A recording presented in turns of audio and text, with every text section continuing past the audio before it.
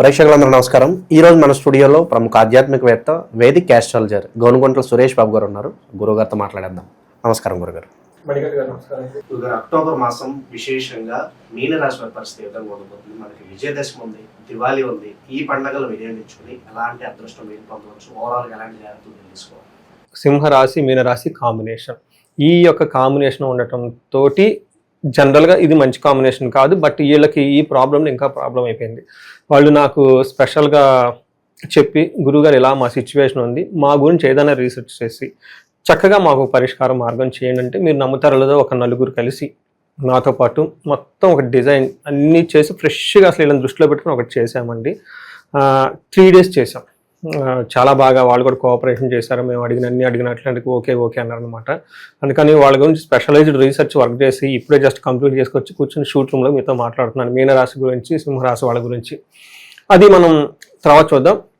ఎవరైనా కనుక ఫైనాన్షియల్గా ప్రాబ్లమ్స్ ఫేస్ చేస్తున్నా, లేదంటే శని గురించి విపరీతమైన ప్రాబ్లమ్స్ వేస్తున్నా, అప్పటిదాకా సిచ్యువేషన్ బాగుండి అంతా తలకిందులు అవుతున్నా, తట్టుకోలేని పరిస్థితులు కనుక ఎవరైనా కనుక ఫేస్ చేస్తుంటే, పర్టికులర్గా అబ్రాడ్లో ఉన్న సాఫ్ట్వేర్లో మిడిల్ క్లాస్ అండ్ అబోవ్, లేదంటే బిజినెస్ పీపుల్, అంటే అప్పటిదాకా వాళ్ళు ఒక వేవ్ లెంత్ చాలా ఫాస్ట్గా వెళ్తున్నారు, ఆగిపోయిన వాళ్ళు ఎవరైనా ఉంటే కనుక సఫర్ అవ్వకూడదండి. ఫస్ట్ ఇందులోనే ఎందుకు ఇది చెప్తున్నట్టు మీనరాశి వాళ్ళ గురించి, వీళ్ళకి ఏలినాటి శని తీవ్ర స్థాయిలో ఉంది.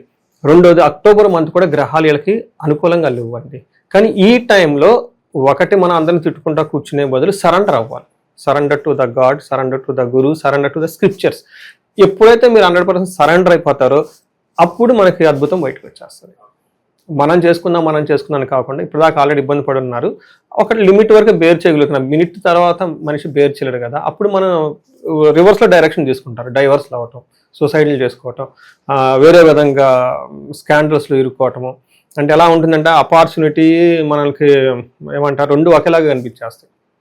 మనకు పన్నాగం బన్నారా, మనం కుట్ర బన్నారా, లేదంటే ఆపర్చునిటీ ఇస్తున్నారు, మనకు అర్థం కాదు. మనం పోయి పట్టుకునేదాకనే, పట్టుకున్న తర్వాత మనకు తెలిసిపోతుంది, అయ్యో ఇది అవకాశం అనుకున్నామే, మనం కుట్ర పని లాగేసుకున్నారని. ఈ టైపు జరిగే అవకాశం ఎక్కువ. ఇవన్నీ జరగకుండా లైఫ్ని కాపాడుకోవడానికి మనకి శాస్త్రాలు అద్భుతాలు ఇచ్చారండి. అవి తెలుసుకొని చూపించుకోవాలి.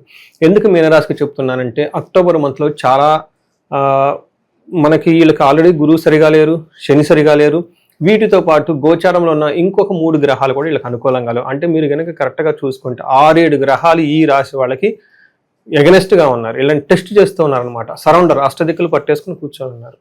ఈ టైంలో మనం సరెండర్ టు ద డివైన్, అది బెస్ట్ అనమాట. ఎందుకంటే మనకు నారాయణాస్త్రం వదిలినప్పుడు ఒక అడుగు వెనక్కి తీసుకోవాల్సి వచ్చేసింది. ఎవరు? అర్జునుడను శ్రీకృష్ణుడు మహాభారత యుద్ధంలో. అందుకే మనం డే టు డే యుద్ధం చేస్తున్నప్పుడు ఒక అడుగు వెనక్కి తీసుకోవటం అనేది ఈ రాశి వాళ్ళు నేర్చుకోగలగాలి, సరెండర్. అందుకని ఇమ్మీడియట్గా ఎవరైతే కనుక మీనరాశి ఉన్నారో ఒక కాల్ నాకు చేయండి. ఓకే, కాల్ ఫ్రీయే. నేను కూడా ఫ్రీగానే అందరికి ఎత్తేస్తాను. మీనరాశి వాళ్ళకి చాలా కాల్స్ వస్తున్నాయి, చాలా మంది బెనిఫిట్ కూడా పొందుతున్నారు. మనం కనుక ఈ మాసం కనుక చూసుకుంటే మీనరాశి పూర్వభాద్ర 4వ పాదం మనకు వస్తున్న, ఉత్తరాభాద్ర 1, 2, 3, 4 పాదాలు, రేవతి 1, 2, 3, 4 పాదాలు అంతా మీనరాశిలో ఉంటారు. మనకి గ్రహ స్థితి మనం చూసుకుంటే, సూర్యుడు అక్టోబర్ 17వ తారీఖున మారుతూ ఉన్నారండి వీళ్ళకి తులారాశిలో. ఈసారి తులారాశిలో వీళ్ళకి 3 గ్రహాలు ఉన్నాయండి. తర్వాత తులారాశిలో బుధుడు కూడా అక్టోబర్ 3 నుంచి మూవ్ అవుతున్నారు. తర్వాత అక్టోబర్ 9 నుంచి శుక్రుడు వచ్చేటప్పుడు కన్యరాశిలో, కుజుడు ఆల్రెడీ తులారాశిలో ఉన్నారు. మనం చూసుకుంటే వీళ్ళకి 8వ ఇంట్లో 3 గ్రహాలు ఉన్నాయి. తర్వాత ఆల్రెడీ శని వచ్చేటప్పటికి ఈ రాశి వాళ్ళకి జన్మ రాశిలోనే ఉన్నారు. గురువు వచ్చేటప్పుడు 4వ ఇంట్లో ఉన్నారు, బంధువులతో గొడవలు తీసుకొస్తూ ఉన్నారు.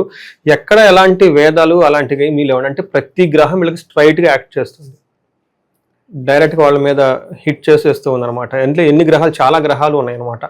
ఈ టయాన్ని ఇబ్బందులు పడుకోవచ్చు, ఇబ్బందుల నుంచి తప్పించుకోవచ్చు అనమాట. అంటే ఒక పీక్ స్టేజ్కి వచ్చేటప్పుడు గ్రహాలు కూడా వెనక్కి వెళ్ళిపోతాయండి, ఎంతలా ఇబ్బంది పెట్టే అవసరం ఉంటుంది. ఇప్పుడు మనం చూసుకున్నాం అనుకోండి, సూర్యుడు వీళ్ళకి 8th హౌస్లో ఉండేసి ఏం చేస్తారంటారంటే, మనకి మహర్షులు సంస్కృతంలో ఏం చెప్తారంటే, దుర్దోష శత్రు సంవాదో గమనాగమన వెదం దుఃఖ వార్తాసుతం చైవ అష్టమస్తే భవే ద్రవ్య అని చెప్తారు. 8వ ఇంట్లో సూర్యుడు ఉండటం వల్ల చెడు వార్తలు లేని అవకాశం ఎక్కువగా ఉంటుంది. ఎక్కడైనా కనుక ట్రావెల్ చేస్తే అందులో నష్టాలు వచ్చే అవకాశం ఉంటుంది.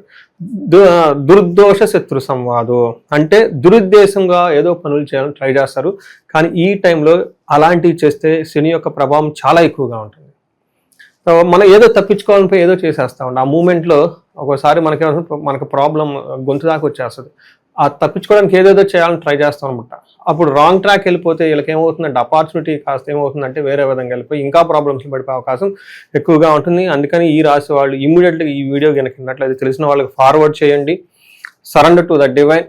ఇంకా ఎవరైనా కనుక ఉంటే ఒకసారి కాల్ చేసి మనకి హారోస్కోప్ చెక్ చేసుకుంటే చాలా బెటర్. రెండోది ఈ టైంలో విచారకరమైన వార్తలు అంటే ప్రయాణాలు చేస్తే ఇబ్బందులు పడిపోతూ ఉంటారు. రెండోది లాస్ ఆఫ్ ఫియర్, ఏదైనా కనుక పోగొట్టుకుంటే మనకు విపరీతం భయం వచ్చే అవకాశం ఎక్కువగా ఉంటుంది.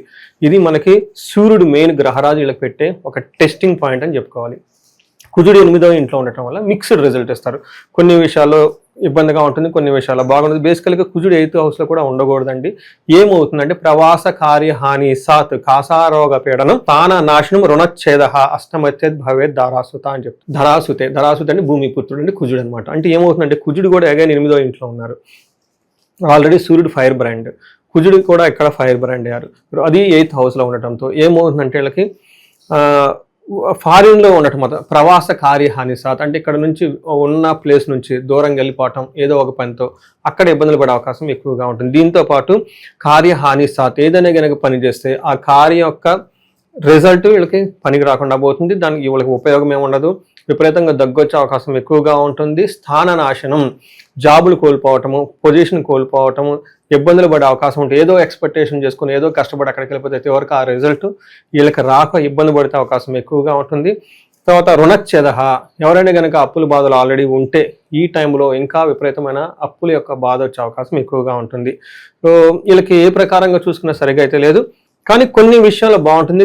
ఏదో ఒక విధంగా ధనం అయితే వస్తుంది ఆ టయానికి. దీంతో పాటు ఏదైనా పని చేస్తే కొన్ని విషయాల్లో పర్టికులర్గా సక్సెస్ని కూడా వీళ్ళు ఎంజాయ్ చేస్తారు. నెక్స్ట్ మనకి శుక్రుడు 7వ ఇంట్లో ఉన్నాడు.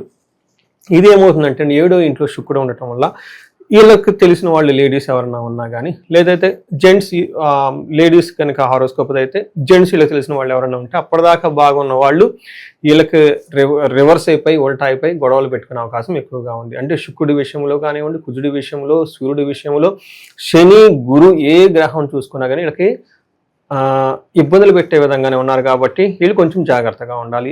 నాకు కాల్స్ వస్తాయి ఏంటండి, కొన్నిసార్లు అటెండ్ అయ్యేప్పుడు నేనే ఫీల్ అయిపోతాను. వాళ్ళు నైట్ టైం చెప్పేసి అమెరికా నుంచి వాళ్ళకి నాకు నైట్ టైం కాల్స్ ఎక్కువ, దానికి వాళ్ళకి డే టైం కాబట్టి వాళ్ళు చెప్పుకున్న ఇన్సిడెంట్స్లు అవన్నీ వింటూ ఉంటే ఒక్కోసారి ఏమిటంటే మనకి మాట్లాడికి ఆల్రెడీ పెట్టేశారు, ఇవి వస్తాయి అని తెలుసుకోవాలి, ప్లస్ వాటికి కౌంటర్ మెజర్స్ కూడా తీసుకోవాలన్నమాట. ఎన్నో హోమాలు చేసుకున్నాము. నేను కూడాను చాలా రీసెర్చ్ లాగా చేసి ఎక్స్క్లూజివ్గా మీనరాశి మీదే కొన్ని హోమాలు అవన్నీ స్టార్ట్ చేశాను.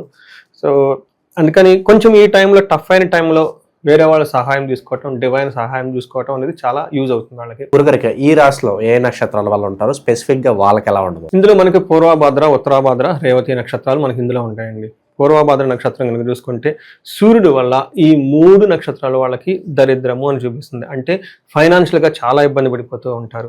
రెండోది శుక్రుని వల్ల రోగము, హెల్త్ కాంప్లికేషన్స్ వచ్చే అవకాశం ఎక్కువగా ఉంది, జాగ్రత్తగా ఉండాలి. మూడోది పూర్వభద్ర, ఉత్తరాభద్ర వాళ్ళకి అక్టోబరు 30th వరకు అతిగా భయపడే సిచ్యువేషన్స్ ఉంటాయి. ఏదో ఒకటి రాంగ్ ఉంటుంది, బట్ వీళ్ళు ఓవర్గా టెన్షన్ ఏదో అయిపోతుంది, ఏమైపోతుంది భయపడుతూ ఉంటారు. ఈ 3 విషయాలు కొంచెం జాగ్రత్తగా ఉండాలి. అయితే బుధుడు వీళ్ళకి 8th హౌస్లో ఉండి కొంచెం యోగ్యతను తీసుకొస్తున్నాడు. ప్రొఫెషన్ మ్యాటర్స్లో సాఫ్ట్వేర్ వాళ్ళు ఎవరైనా ఉంటే వీళ్ళకి జాబ్లో హైక్ వచ్చే అవకాశం ఎక్కువగా ఉంటుంది, ప్రమోషన్స్ వచ్చే అవకాశం ఎక్కువగా ఉంటుంది. బట్ అగైన్ పరవాసం, ఫారిన్ వెళ్ళటం, దూర ప్రదేశానికి వెళ్ళటం, దూర ప్రదేశాలకు సంబంధం ఉండటం అలాంటి జరిగే అవకాశం ఎక్కువగా ఉంటుంది. కొంచెం హ్యాపీ న్యూస్ ఏంటంటే జాబ్లో ప్రమోషన్స్ వచ్చే అవకాశం కూడా ఎక్కువ. Despite of all these problems ఉన్నా కానీ చేస్తున్న పనిలో ఒక హ్యాపీ న్యూస్ అనే అవకాశం ఎక్కువగా ఉంటుంది. ఇది మనకి ఓవరాల్గా కనుక చూసుకుంటే మీనరాశి అని చెప్పుకోవాలి. అంతే కనుక పూర్వభాద్ర వాళ్ళకి, ఉత్తరాభాద్ర నక్షత్రం వాళ్ళకి గాయాలు అయ్యే అవకాశం ఎక్కువగా ఉంటుంది.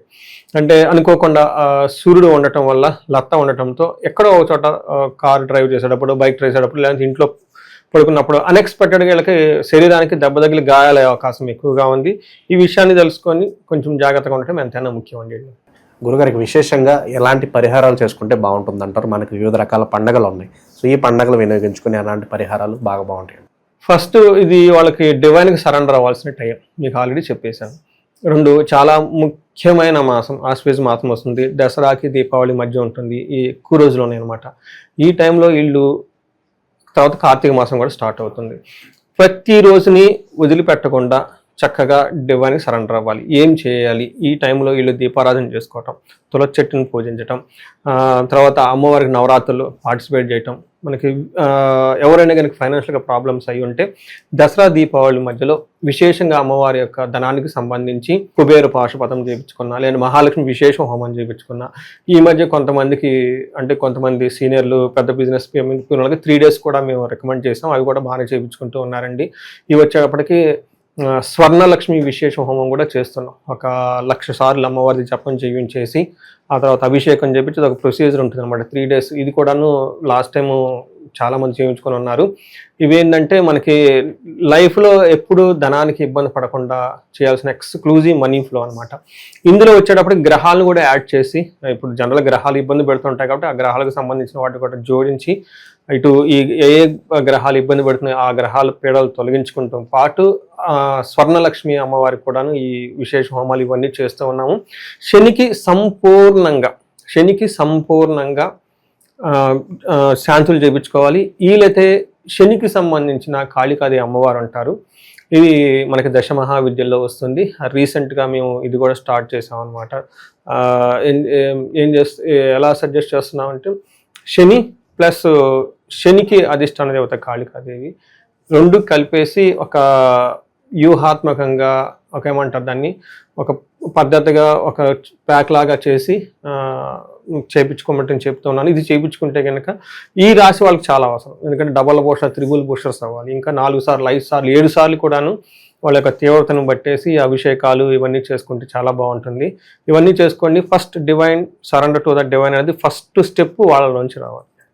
విశేషంగా ఏమైనా దానాలు ఏమైనా చేసుకుంటే బాగుంటుంది అంటారు వీళ్ళకి ధనం ఫ్లో రావడానికి గురువులకి ఎవరికైనా కనుక దానాలు చేస్తూ ఉంటే శనగలు కానివ్వండి, చెప్పులు కానివ్వండి, కొత్త బట్టలు పెట్టడం కానివ్వండి విపరీతంగా కలిసి వస్తుంది. దసరా ఉత్సవాల్లో చక్కగా పార్టిసిపేట్ చేయండి. ఓకే, ఎంత వీళ్ళకి శని యొక్క ఇబ్బంది పడుతున్నాయి కాబట్టి ఏదో ఒక విధంగా పార్టిసిపేట్ చేయాలి. ప్రతి గుళ్ళల్లోనూ మనకి చాలా సెలబ్రేషన్ చేస్తూ ఉంటారు. ఆ గుళ్ళల్లో సర్వీస్ చేస్తూ ఉండాలి. ప్రసాదాలు పంచడం, గుడిని క్లీన్ చేయటం, ఏదైనా అవసరం అయితే చేయటం, ఎక్కడైనా హోమాలు జరుగుతుంటే హోమాలో కూర్చోవటం. మెయిన్ అక్కడ కూడా కూర్చోకుండా ఏదో ఒక పని చేస్తూ ఉంటే, ఒక ఫిజికల్గా వాళ్ళకి హెల్ప్ చేస్తూ ఉంటే ఈ దోషం పోతుంది. ఈ దోషం పోయేసి చాలా ప్యూరిఫై అవుతుంది. ఓవరాల్గా మీనరాశి వాళ్ళ పరిస్థితి అక్టోబర్ మాసం ఏ విధంగా ఉండబోతుంది, ఎలాంటి జాగ్రత్తలు తీసుకోవాలి, చాలా బాగా గురించి ధన్యవాదాలు.